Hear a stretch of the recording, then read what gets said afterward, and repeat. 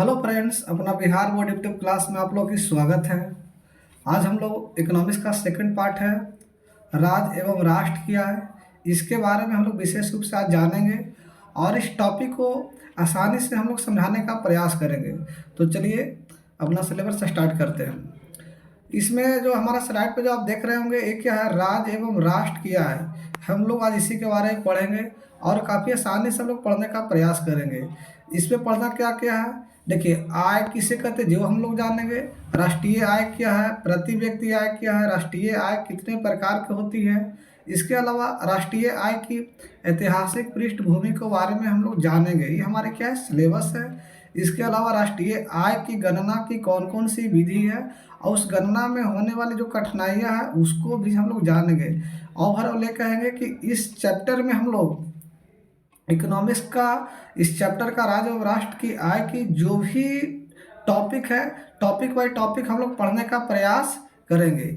तो चलिए हम लोग ये हमारा ये सिलेबस है, इसी को हम लोग इस चैप्टर में पढ़ेंगे। तो आज हम लोग स्टार्ट करते हैं। क्या स्टार्ट हम लोग करना क्या है, आय क्या है, हम लोग क्या पढ़ना, आय।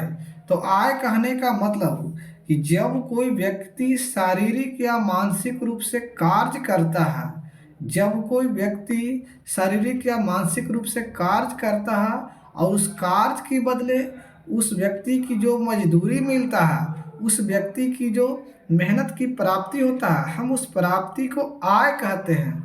आय अधिक होने से व्यक्ति की क्रय शक्ति अधिक होता है और जब उसकी क्रय शक्ति अधिक होगा तो वो व्यक्ति क्या करेगा, सुखी महसूस करता है, वह व्यक्ति अपने आप में संपन्न एवं समृद्ध महसूस करता है। तो ये हमारी क्या आय, यानी हर व्यक्ति का एक चाहत होती है कि हमारा इनकम अधिक से अधिक हो। तो यही क्या है, हमारी व्यक्ति, यही हमारी क्या है, आय होती है। आय प्राप्त करने के लिए हमारे अनेक प्रकार के रिसोर्सेस हैं जो हम लोग प्राथमिक क्षेत्र, द्वितीय क्षेत्र एवं तृतीय क्षेत्र से प्राप्त करते हैं। इन सब से हमें क्या होती है, आय की प्राप्ति होती है। तो हम लोग समझ चुके होंगे कि आय क्या है। तो आय का मतलब कि जब कोई व्यक्ति शारीरिक या मानसिक रूप से काम करता है, उस काम के बदले जो उसकी मजदूरी मिलता है, उस मजदूरी को ही हम क्या बोलेंगे, आय। उस मजदूरी को क्या बोलेंगे, आय। तो ये टॉपिक आप लोगों को समझ में आ गया होगा। सेकेंड हमारे जो पार्ट है उसका नाम है राष्ट्रीय आय क्या है। राष्ट्रीय आय क्या, जिसे बोलते हैं नेशनल इनकम। क्या बोलते हैं, नेशनल इनकम, यानी कि राष्ट्र की आय। तो हम बोलेंगे कि समानता, किसी राष्ट्र की समानता एक वर्ष में उत्पादित किया गया कुल वस्तु एवं सेवाओं के मौद्रिक मूल्य को, बाजार मूल्य को क्या बोलेंगे, हम आय कहेंगे। यानी कि राष्ट्रीय आय का मतलब कि समानता एक वर्ष में उत्पादित किया गया भारत में कुल वस्तु एवं कुल सेवाओं की मौद्रिक मूल्य, मार्केट प्राइस को ही क्या बोलेंगे, राष्ट्रीय आय कहते हैं। राष्ट्र की आय अधिक होने से वह राष्ट्र विकसित कहलाता है और जिस राष्ट्र की आय क्या होता है, कमजोर होता है, वह क्या कहलाता है, अविकसित कहलाता है। तो हम लोग ये भी जान लिए कि राष्ट्रीय आय क्या है। इसके अलावा हम लोग को क्या पढ़ना है, राष्ट्रीय आय की गणना में काफ़ी इंपॉर्टेंट क्वेश्चन है। ये क्वेश्चन क्या है कि राष्ट्रीय आय की गणना में होने वाली कठिनाइयाँ। तो राष्ट्रीय आय की गणना में होने वाली जो है ना, क्वेश्चन क्या है कि राष्ट्रीय आय की गणना की कौन कौन सी विधि है। तो राष्ट्रीय आय की गणना की विधि क्या है, निम्नलिखित है। पहला होता है उत्पाद एवं मूल्य वृद्धि विधि होता है, यानी कि उत्पादित वस्तु, जो भी हमारे भारत में उत्पादित किया गया वस्तु है, वो उससे भी क्या जोड़ेंगे, राष्ट्रीय आय में जोड़ेंगे। इसके अलावा राष्ट्र आय विधि, यानी कि इनकम से जो भी चीज़ हमें प्राप्त होता है, हमारे राष्ट्र की जो इनकम है वो भी उसमें जुड़ जाता है। इसके अलावा व्यय विधि, आय का उल्टा ही व्यय होता है, यानी कि कहावत क्या है कि किसी भी घर का जो इनकम होता है, किसी उस घर की कुल आय पता करना हो, तो हम उसको कैसे पता कर लेंगे, यानी कि कितना उसके घर में इनकम है और उसके घर में कितना उसके द्वारा खर्च किया जाता है, इसके अलावा उसके घर में कितना वस्तुओं का उत्पादन होता है, प्रोडक्शन होता है, इन तीनों को जोड़ दे तो उसे ही क्या बोलते हैं, राष्ट्रीय आय की गणना की विधि है। तो हमें आप लोग से उम्मीद रखते हैं कि आपको टॉपिक समझ में आ गया होगा। इसके अलावा हमारा एक टॉपिक है जो काफ़ी इम्पोर्टेंट है, जिसका नाम है प्रति व्यक्ति आय क्या है। प्रति व्यक्ति आय कहने का मतलब राष्ट्र की किसी देश की राष्ट्रीय आय में कुल जनसंख्या से विभाग दे दे तो जो भागफल प्राप्त होता है उस भागफल को हम क्या बोलते हैं, प्रति व्यक्ति आय। प्रति व्यक्ति आय यानी प्रति व्यक्ति आय का मतलब किसी राष्ट्र की कुल आय तथा उस राष्ट्र की कुल जनसंख्या से भाग देने पर जो भागफल प्राप्त होती है हम उस भागफल को क्या बोलेंगे, प्रति व्यक्ति आय कहते हैं। उस भागफल को हम क्या बोलेंगे, प्रति व्यक्ति आय। फिर से मैं बोल देता हूँ, किसी राष्ट्र की कुल आय तथा उस राष्ट्र की कुल जनसंख्या से उस राष्ट्र के आय में भाग देंगे तो उससे प्राप्त जो इनकम होगा जिसे बोलेंगे पर कैपिटा इनकम, यानी प्रति व्यक्ति आय। क्या बोलेंगे, प्रति व्यक्ति आय। और प्रति व्यक्ति आय अधिक होने से विकसित राष्ट्रों की प्रति व्यक्ति आय अधिक होती है और विकासशील राष्ट्रों की प्रति व्यक्ति आय कम होती है। भारत में सबसे ज़्यादा प्रति व्यक्ति आय गोवा का है। किसका है, गोवा का है। और सबसे कम उड़ीसा का है। तो ये हम लोग समझ लिए। इसके अलावा हमारा जो टॉपिक है काफ़ी इंपॉर्टेंट टॉपिक है आज के लेक्चर में, जिसे हम लोग समझाने का प्रयास करेंगे। इसमें 3 बिंदु काफ़ी इंपॉर्टेंट है, एग्जाम में कई बार क्वेश्चन पूछ लिया जाता है। एक होता है जीडीपी क्या होता है, जीएनपी क्या होता है और एनएनपी क्या होता है। जीडीपी का मतलब ग्रॉस डोमेस्टिक प्रोडक्ट, सकल घरेलू उत्पाद। जीएनपी का मतलब ग्रॉस नेशनल प्रोडक्ट, सकल राष्ट्रीय उत्पाद।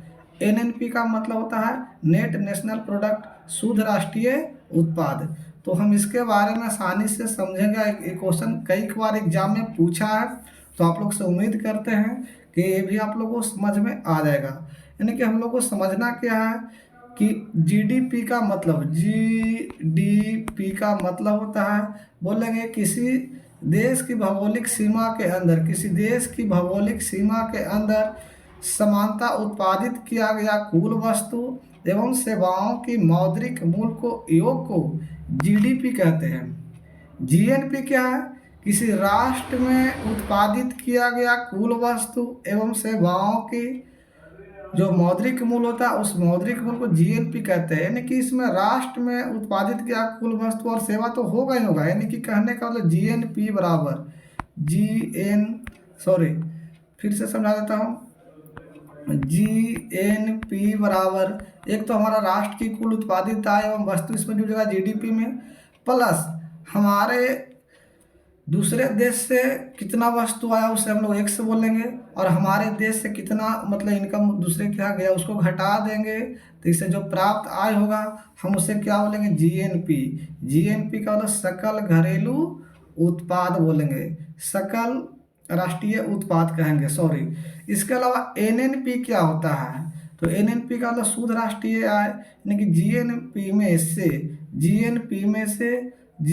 में से क्या करेंगे, जीएनपी में से उस वस्तु को घिसावट एवं खर्च को क्या कर देंगे, घटा देंगे। उस वस्तु के खर्च को घटा देंगे तो जो प्राप्त होगा इससे हम उसे क्या बोलेंगे, एनएनपी। एनएनपी का मतलब नेट नेशनल प्रोडक्ट। तो आपसे उम्मीद करते हैं ये हमारी टॉपिक आप लोगों को समझ में आ चुका होगा। तो चलिए आज हम लोग आगे बात करते हैं। एक हमारे लिए काफ़ी इंपॉर्टेंट क्वेश्चन है जो कई बार एग्जाम में से पूछा है कि भारत की राष्ट्रीय आय का ऐतिहासिक परिवेश। आज़ादी के पहले किसी ने नहीं बताया अंग्रेज के टाइम में कि भारत की राष्ट्रीय आय कितना है, लेकिन एक मात्र ऐसा व्यक्ति जिसका नाम है दादा भाई नौरोजी। उन्होंने 1868 ईस्वी में एक पुस्तक लिखा था, उस पुस्तक का नाम है poverty and British rule in India. Poverty and British rule in India. और इस पुस्तक के माध्यम से भारत की जो प्रति व्यक्ति आय है 20 रुपया बताया गया। कितना रुपया बताया गया, 20 रुपया, जो काफ़ी इम्पोर्टेंट है। इस आंकड़ा 1951 में केंद्रीय सांख्यिकी संगठन यानी CSO की स्थापना की गई। तो ना सी एस ओ के द्वारा जारी किया गया। क्वेश्चन ये भी आता है कि सी एस ओ क्या है, तो राष्ट्रीय आय की आंकड़ा को एकत्रित करने के लिए सरकार ने 1951 ईस्वी में केंद्रीय सांख्यिकी संगठन की स्थापना किया था। क्वेश्चन ये भी आता है कि सी एस ओ की स्थापना कब हुआ, 1951 में। योजना आयोग की स्थापना कब हुआ, तो 1950 में। पंचवर्षीय योजना की स्थापना कब हुआ, 1951 में। एनडीसी की स्थापना कब हुआ, तो 1952 में। तो ये सब क्वेश्चन आप लोग को याद करके ही एग्जाम में जाना है। तो आपको एक टॉपिक आप लोग को समझ में आया होगा कि भारत का कौन सा व्यक्ति है जिन्होंने प्रथम बार प्रति व्यक्ति आय की गणना किया था, तो दादा भाई नौरोजी। कितना रुपया बताया, तो 20 रुपया बताया गया। तो ये भी आपको याद रखना होगा। उन्होंने कौन सी पुस्तक लिखा था, the poverty and British rule in India. एक क्वेश्चन कई बार एग्जाम में पूछ दिया है। इन्होंने कब आंकड़ा जारी किया था, तो 1868 में अंग्रेज के टाइम में जारी किया गया था। यहाँ पे आप लोग से फिर से बात कर लेता हूँ कि एक हमारे जो टॉपिक है, एक होता है CSO, केंद्रीय सांख्यिकी संगठन, सेंट्रल स्टैटिस्टिकल ऑर्गेनाइजेशन, जिसकी स्थापना 1951 में किया गया। इसके अलावा एक होता है NDC, जिसको बोलते हैं नेशनल डोमेस्टिक काउंसिल। इसकी स्थापना 6 अगस्त 1952 को किया गया। इसके अलावा पंचवर्षीय योजना, इसकी स्थापना 1951 में किया गया। इसकी कार्यकाल कितने वर्षों का होता है, 5 वर्षों का होता है। इसके अलावा योजना आयोग होता है, तो योजना आयोग की स्थापना 1950 में किया गया। तो ये आप लोग को क्वेश्चन कई बार एग्जाम में पूछा है, तो मैंने बता दिया। इसके बाद हम लोग प्रति व्यक्ति आय किसे कहते हैं, जो हम लोग समझाने का प्रयास किए कि किसी राष्ट्र की कुल आय तथा उस राष्ट्र की कुल जनसंख्या से भाग दे दिया जाए, तो उससे क्या बोलेंगे, प्रति व्यक्ति आय, जो आपको PPT में बताया गया है। इसके अलावा हमने ये भी बताया कि राष्ट्रीय आय की गणना की राष्ट्रीय आय की धारणा क्या है, जिसको हम लोग बोले सकल घरेलू उत्पाद क्या है, जिसको बोलते हैं ग्रॉस डोमेस्टिक प्रोडक्ट। एग्जाम में कई बार क्वेश्चन पूछा जाता है। इसके अलावा सकल राष्ट्रीय उत्पाद क्या है, जिसे बोलते हैं ग्रॉस नेशनल प्रोडक्ट, ये फुल फॉर्म के रूप में पूछ लिया जाता है। इसके अलावा शुद्ध राष्ट्रीय उत्पाद, नेट नेशनल प्रोडक्ट, जो हमने समझा दिया। सकल घरेलू उत्पाद बोले कि किसी राष्ट्र में उत्पादित किया गया कुल वस्तु एवं सेवाओं के जो मौद्रिक मूल्य होता है, उसे क्या बोलते हैं, सकल घरेलू उत्पाद कहते हैं। इसके अलावा सकल राष्ट्रीय उत्पाद क्या है, तो GDP में से GDP में से देशवासियों द्वारा विदेश से अर्जित आय एवं विदेशियों द्वारा देश में अर्जित आय को घटा के जोड़ेंगे, तो उसे क्या बोलेंगे, सकल घरेलू उत्पाद कहेंगे। तो ये क्वेश्चन कई बार एग्जाम में पूछा है। दूसरा क्वेश्चन आता है कि GDP और GNP क्या है, GDP और GNP में अंतर क्या है। एग्जाम में क्वेश्चन कई बार पूछ लिया जाता है। तो GDP का मतलब ग्रॉस डोमेस्टिक प्रोडक्ट, उसका फुल फॉर्म लिखना है। GNP का मतलब ग्रॉस नेशनल प्रोडक्ट होता है। GDP में क्या होता है कि देश के सीमा के अंदर देश के घरेलू क्षेत्र में उत्पादित किया गया कुल वस्तु एवं सेवाओं के मौद्रिक मूल्य को GDP, और देश में समानता निवासियों द्वारा उत्पादित अंतिम वस्तु एवं सेवाओं के बाजार मूल्य को क्या बोलते हैं, GNP। यानी कि भारत में दूसरे देश से वस्तु आया, उसकी लागत मूल्य को जोड़ के जो होता है उसे वो क्या बोलते हैं, GNP। GDP एक क्षेत्रीय घरेलू धारणा है, जो देश के घरेलू सीमा तक ही सीमित होता है। लेकिन GNP एक राष्ट्रीय धारणा है, जिसका संबंध देश के समान निवासियों से होता है। GDP में शुद्ध विदेशी साधना आय शामिल नहीं होता है, लेकिन इसमें GNP में शुद्ध विदेशी साधना आय शामिल होता है। तो इस प्रकार हमारी आज की टॉपिक था। आप लोग से आशा करते हैं कि आप लोग इसको नोट्स बना के आप लोग कॉपी में इसे लिखने का प्रयास करें और इसे याद करें। इससे बेहतर आपको टीचर जो पढ़ाते होंगे, शायद मुझे नहीं लगता कि वो भी इतना बेहतर तरीके से पढ़ाते होंगे। यदि पढ़ा रहे होंगे तो बढ़िया बात है, लेकिन यदि एक क्लास आप लोग को अच्छा लगता है तो अपने दोस्तों के पास शेयर करें और हमारी चैनल को सब्सक्राइब एवं लाइक करें। तो धन्यवाद।